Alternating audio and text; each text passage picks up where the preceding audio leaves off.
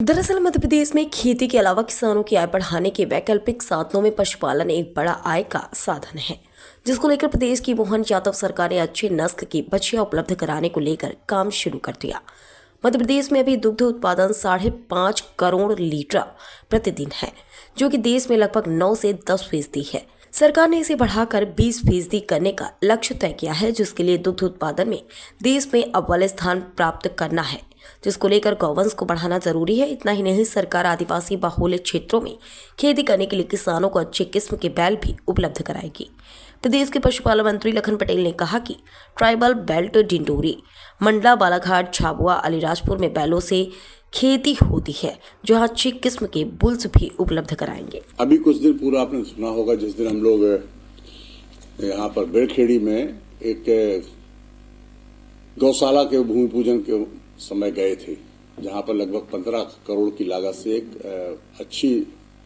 नई तकनीक से बनाई गई गौशाला बना रहे हैं। तो उस समय माननीय मुख्यमंत्री जी ने घोषणा की है कि जो हमारे पास बछिया हैं, अच्छी किस्म की बछिया लोगों को पालने को देंगे, जिससे नस्ल सुधार में गति आएगी और उसमें लोगों का इंटरेस्ट भी बढ़ेगा।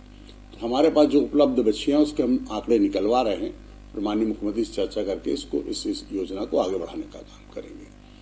इसी प्रकार हमने अभी परसों जो जबलपुर में एक बैठक ली थी,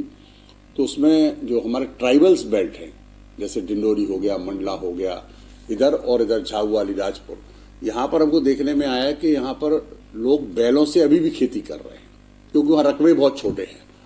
तो हमारे पास जो बुल्स हैं, अच्छी नस्ल के बुल्स हैं, क्योंकि वो ज्यादातर क्रॉस करने के लिए पाले जाते थे, लेकिन आजकल उनकी डिमांड कम हो गई, क्योंकि सेक्स शॉर्टेड सीमेन आ गया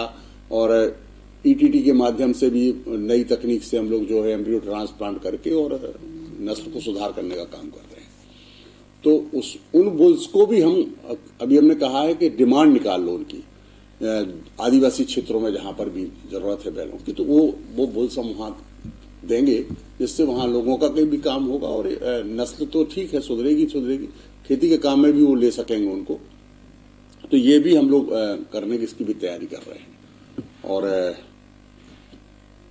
अभी हमारे माननीय मुख्यमंत्री जी विदेश यात्रा पर हैं, यात्रा क्या कहना चाहिए, इन्वेस्टर से मिलने के लिए गए, तो वहां पर अच्छा समर्थन भी मिल रहा है। आज अखबार देख रहे होंगे आप, टीवी पर भी आ रहा है, और जो माननीय मुख्यमंत्री जी के वक्तव्य आ रहा है कि बहुत जन समर्थन मिल रहा है। लोग बड़े बड़े उद्योगपति आकर के वो कह रहे हैं, जैसे आपने एक देखा हुआ अखबार की हेडिंग है कि मुख्यमंत्री जी का 100 करोड़ से अधिक का आप इन्वेस्ट करेंगे, तो उसने कहा हम तो 2500 करोड़ रुपए की 25,000 करोड़ का सोच रहे हैं। तो इस तरीके से भी रिस्पांस मिल रहा है। मध्य प्रदेश चूंकि इन्वेस्ट करने के लिए बहुत शांति का टापू है, यहाँ पे हर सुविधा उपलब्ध करा रही सरकार। माननीय हमारे मुख्यमंत्री जी हैं, जो उन्होंने अभी इन्वेस्टर मीट जो की संभाग स्तर पर, तो उसमें भी भारी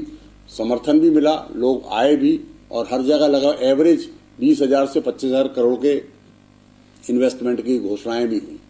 तो अभी जैसे मैंने अभी अखबार में ही पढ़ा है कि फरवरी में एक